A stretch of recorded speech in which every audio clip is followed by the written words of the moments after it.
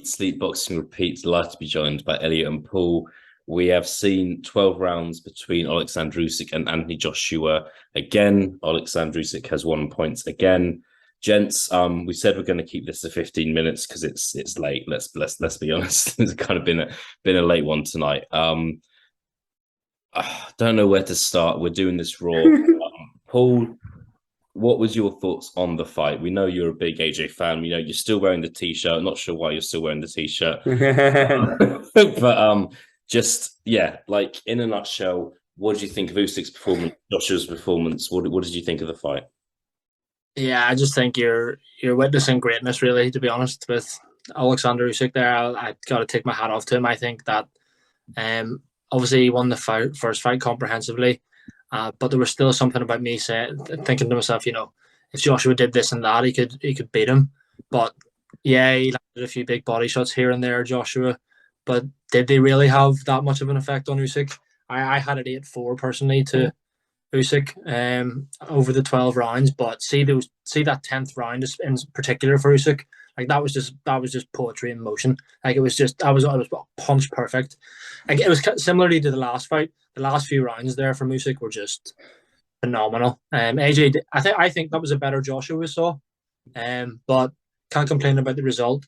And obviously, all joking aside, obviously, it'd be difficult to find a bigger Joshua fan than me out there, but that scorecard that they give to Joshua 115, 113, that's up there with one of the most shocking there has been in recent times. Quite a few. Yeah, that was that's the sort of scorecard it needs to be investigated. We can't just kind of let that fly, but see that judge will probably be judging again in a couple of weeks' time. I've got just one question for you, Paul. I think Joshua's best round tonight was round 9. It looked like he possibly hurt Usyk. Maybe we won't know whether he truly did or not, but that I think was, in my opinion, his best round. And what was crazy was that Usyk's response in round 10 to that, as you touched on there, it was just crazy. But what was going through your head in round 9?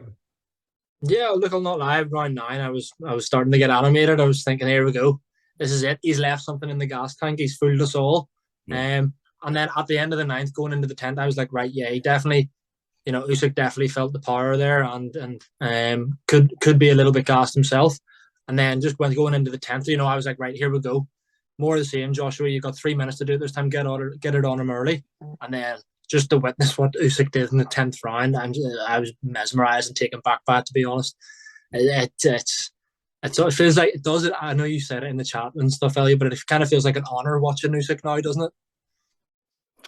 Absolutely. I was in awe, to be honest, in absolute awe. Just, unreal performance, unreal fighter.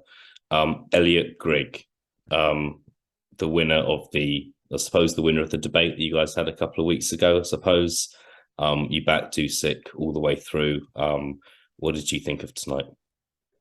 I'd like to say that, I'd like to apologise to our people that watch this who might have seen me wriggling a bit there when Paul was talking. That was because I was actually just trying to find a working vein that I could really start to inject some of this directly into. So, just tapping the old vein there. But I think, I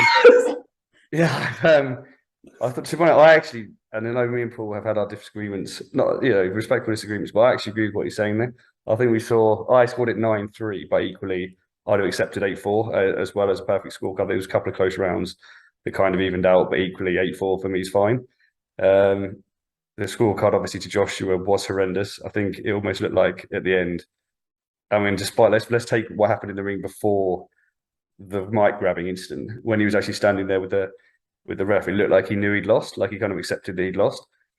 But I think we actually saw a much better Joshua than I was actually expecting. Frankly, I was expecting Usyk to stop him, and his punch resistance was actually good. He took a lot of punches in that fight. And also, I think his movement was a lot better. Obviously, the first fight was going backwards, quite a lot of straight lines, etc. Until he got, say, tired around, so I suppose, sort of 8, 9. I thought his movement was really good. You could criticise him, I suppose, a little bit for saying he wasn't as aggressive as some people thought he was going to be, but equally, I think he was fighting a good fight tactically. So I actually think he's come out of it with more credit than I actually thought he would do going into it. But like Paul was saying as well, I think Joshua had Usyk hurt, to be fair, on a few occasions. But like you say, it's almost like when he did hurt him, he just almost found a different gear, carried on going. I'm not sure what inspired that, whether it's just, we know he finishes strong. Obviously, he's finished strong in 12 round fights before. But I think, yeah, that round after AJ kind of put it on the body was just unbelievable. I think they're almost going like, this is, they're like the tide's turning.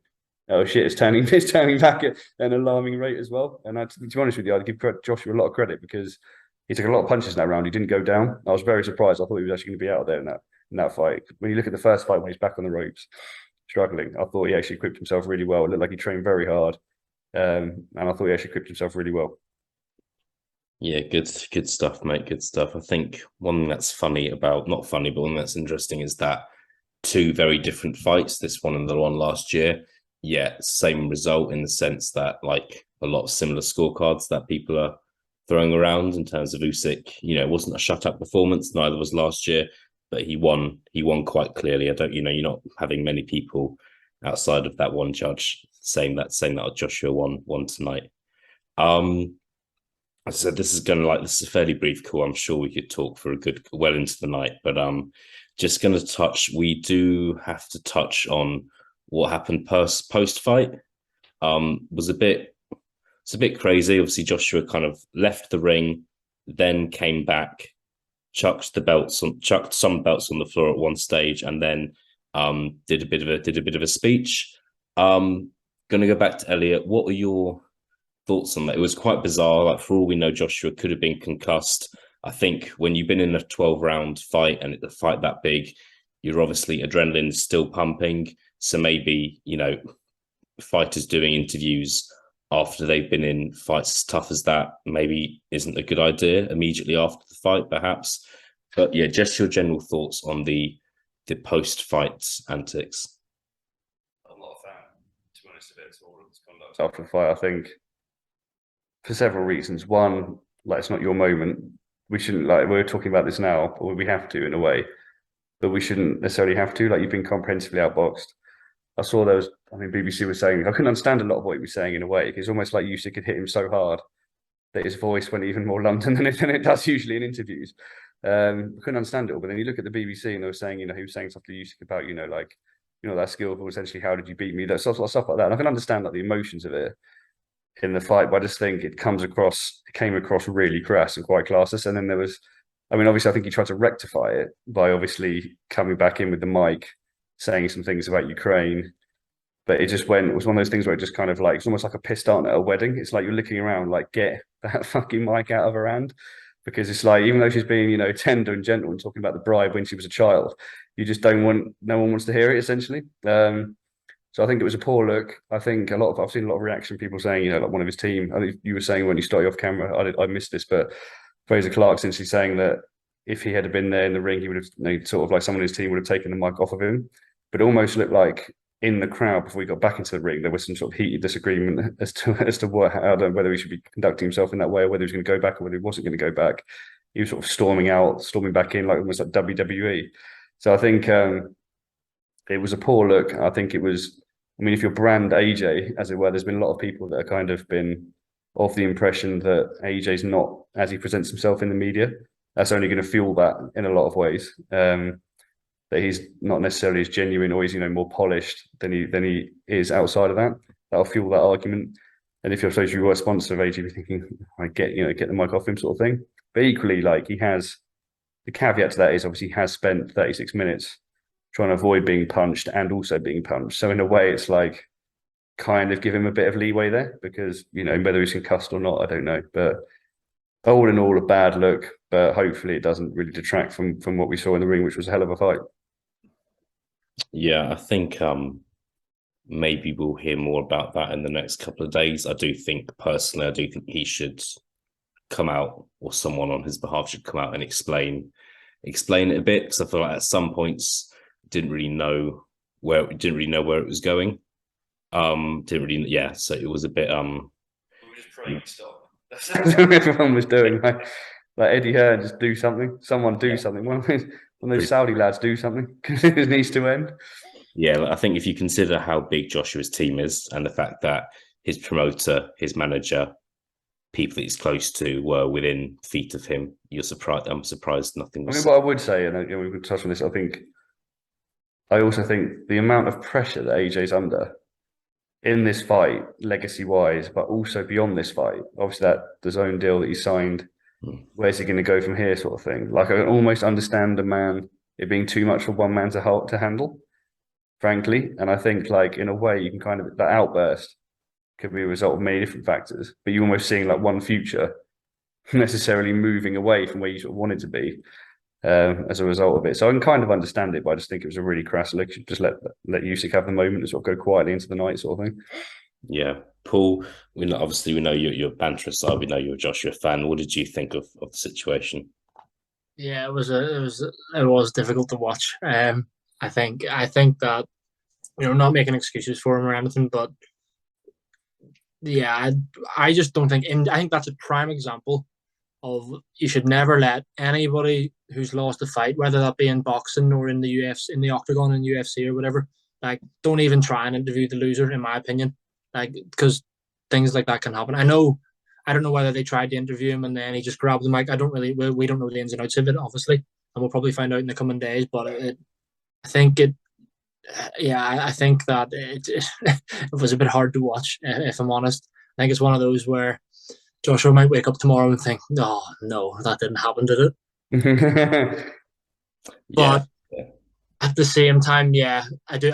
Elliott's point about the pressure, 100%. Like, think of the amount we can only can't imagine the pressure he's under just in general, and like the raw emotion after a fight. I saw Thomas Stalker tweeted saying, like, don't take what AJ said. They're literally like pressure you're under, and after going 12 rounds, you're tired. You've got so many thoughts in your head. You're exhausted. Blah blah. But yeah, I don't think it was really a good look for him. But as Elliot said, I hope it doesn't detract and take away from the fight that we witnessed and greatness in Oleksandr Usyk. Yeah, absolutely. No, good stuff. But really, yeah, appreciate you being so honest on that. All right, gents, gonna leave the call with one. I think this is the final question.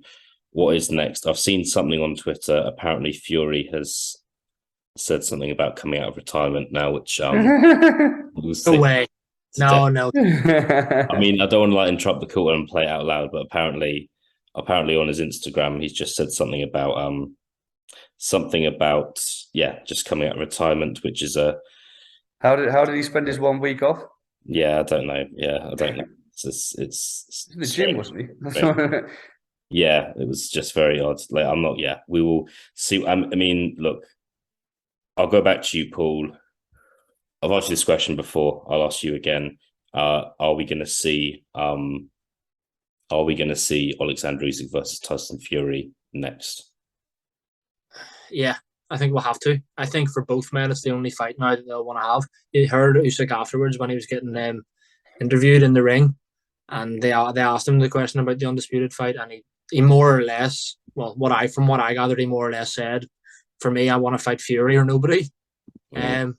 So I think in his eyes, yeah, he'll want to do it. And then Fury, he's been ranting and raving saying that Usyk's a blown up middleweight and he would batter him. Yeah. He's clearly confident he could beat Usyk, so why not? The chance to become undisputed in the heavyweight division, why won't the fight happen? I think it's too big not to now, and I really, really hope it does. Yeah, and I also think that, I mean, obviously, Hrgovic beat Zhilei Zhang tonight. We got Joyce Parker in a few weeks' time, but I don't believe there are any kind of immediate mandatories to be called. I know there's not any mandatories on Tyson Fury's side, so let's kind of learn from previous mistakes, not us, but people in charge. Let's just make the fight now. Don't kind of let it marinate or put distractions in the way. It has to be made now. If it doesn't, it's one of those where last year we were supposed to see Joshua Fury. We didn't see Joshua Fury, and now we might never see it. So it's the same thing now. If we don't see Usyk versus Fury next, we might never see it. Elliot, going to go to you. Will we see that fight next? Oh, I agree with Paul. I think we will. You agree with Paul? There's different factors there. Nice way. No, I do. I think we'll see it next, just because I think Usyk's 35 now, as well. And like, does he really want to go and fight someone like Parker? Does he really want to? Have you got like other people in the division like Wilder? He's tied up with Hellenius. That, like you say, Parker and Joyce. To be honest with you, like I'm conflicted in a way because before this, I was like, I'd rather in a way see Joshua Wilder and Fury Usyk, like the two matchups I really wanted to see. But having watched that tonight, I actually think that Fury will beat Usyk though. So in a way, I'm kind of like, I just think the size would be too much. Obviously those punches when AJ was kind of controlling that distance, I thought Fury would do that better and move better. I just don't see how Usyk kind of gets inside him enough to like trouble him. So in a way, I'm sort of conflicted about wanting to see it, but I just think we'll have to see it next because who else is there for either of them? Like Fury's fought White now, fought Wilder. All right, that win against Klitschko, he can fight Joshua, but Joshua, I don't think will obviously leap into that next. We need a bit of a rebuild. Do I want to see Fury Parker? Not really. Do I want to see Fury Zhang or like Ortiz or Joyce or Sanchez? Not really. So yeah, I think we'll see it next. I agree with Paul. And are you more confident about Are you more or less confident about Fury beating Usyk now after tonight? I'm actually more confident. I think that's because I saw there were definite times where AJ got to him. Like in the first fight, it was more this comprehensive kind of victory. I mean, I actually scored it, I think maybe 9-3 as well. But again, so I've really only given AJ maybe 6 to 8 rounds over the two fights. But tonight he equipped himself a lot better. But I just think Fury's even bigger than Anthony Joshua. And those first sort of 5-6 rounds, he was kind of controlling the distance. And Fury, I mean, Usyk was punching a lot, but a lot of it was coming off the gloves, a lot of it was coming off the arms. I just see it being too big. I'm not saying that. I'm not going to sit there and say, you know, I could jump up middleweight, but I just don't see how. I think the size difference is too great, despite the fact that obviously they're both elite fighters. I just can't see him. Yeah, so I see him breaking him down, to be honest. Big time. All right, Paul, I'll end it with you. What are your thoughts on Usyk Fury if it does happen? Do you feel differently about it now than you did before tonight? How would you see that fight going down?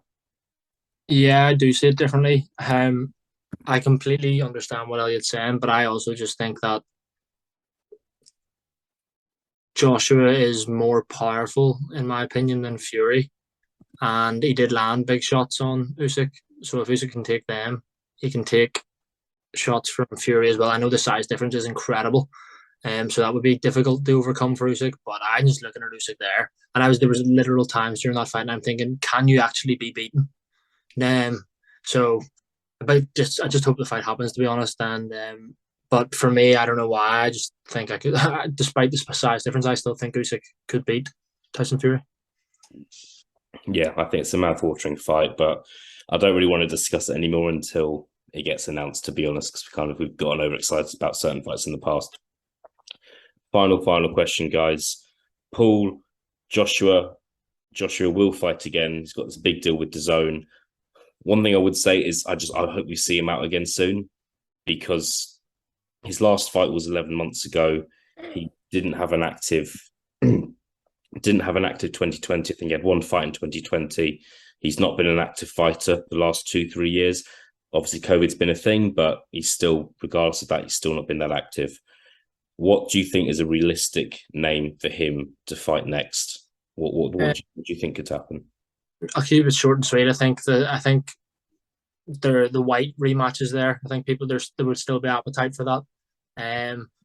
Even to try and rebuild even a Ruiz trilogy, just because it's one apiece. It's not a fight that I really want to see, but it's one that I could think makes sense.